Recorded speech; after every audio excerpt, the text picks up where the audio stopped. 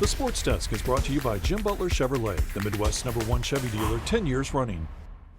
How about this for a sports Saturday? We've got just about one of everything to choose from, so let's give the wheel a spin. Let's see what we'll tackle first. All right, it's the Blues. That's fitting. They had a big matchup with Tampa at Enterprise Center tonight. Cool puck drop, the inaugural Blues Hall of Fame class with Braden Shen and the hometown kid Pat Maroon facing off at center ice. Blues got off to the fast start. Tyler Pitlick on the breakaway, and he beats Andrei Vasilevsky to make it 1-0 Blues. Later, Blues down 3-1, and Pavel Buchnevich brings them within a goal, but it didn't matter. Alex Killorn's going to make it 4-2 Lightning, and that's the final score. The Blues are now 8-10-2 at home this year, and Craig Berube knows that's not good enough. Our home play has not been good enough this year, and I think, that's what I see right now.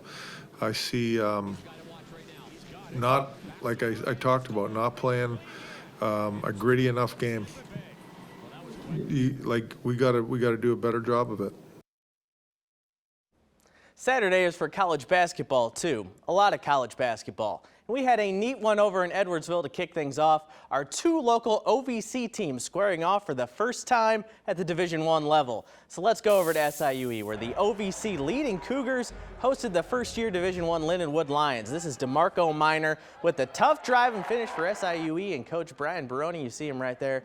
Great job so far this year. Then it's going to be Keenan Cole for Lindenwood. He nails the triple. Later on, Collinsville's Rayshawn Taylor can fly down the court, and he can finish with the best of them too. SIUE gets the win 68-58. They've now won 7 of their last 8 games. Mizzou and Dennis Gates were down in Gainesville today trying to get back on track against the Gators. Kobe Brown had himself another fine game, 21 points, 6 rebounds, and 5 steals. That's a nice stat line. But when you shoot 3 of 18 from beyond the arc as a team, you're probably not going to win, and the Tigers couldn't today. Florida wins 73-64. Mizzou is back in action against Arkansas on Wednesday. SLU had a better day in D.C. taking on George Washington, and the Javante Perkins we saw today is the one SLU needs the rest of the season. Perkins poured in 27 points for the Bills as Javon Pickett added 24 more off the bench, and SLU gets a nice road win over George Washington, 81-74. Winter warm-up is back, and the biggest names are rolling into town. On Monday, new catcher Wilson Contreras will get his introduction to Cardinal Nation. Today, his backup Andrew Kisner talked about the addition of the former Cub and how he handled the offseason with the Cardinals shopping for a new catcher. Yeah, I figured they would. I think everybody's excited to have Wilson join the team, and he's a winning player, and I think he's going to help us win a lot of games this year.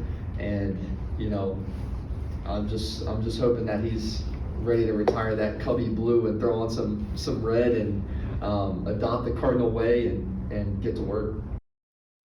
Wild NFL playoff game tonight on NBC between the Chargers and Jaguars. Look at that score. I highlighted it. 27-0, Chargers right before halftime. Well, about that. Trevor Lawrence had 4 picks in the first half and was money in the second. Hits Christian Kirk to make it 26-30. They go for 2, they get it, and the comeback is almost complete.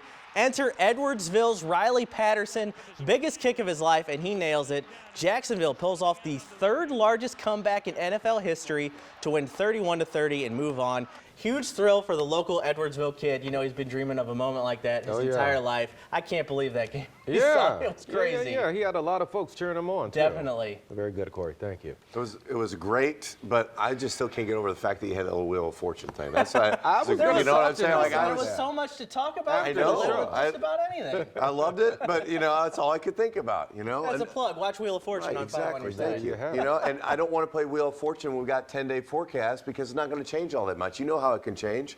But we're going to get to 60. We got a little rain, a couple of flakes of snow in there, but we don't have that Arctic cold, so that's the wheel we will not spin this time. There you go, and we'll take it, too. Yes, sir. Thank you, my friends. We hope you have a great night.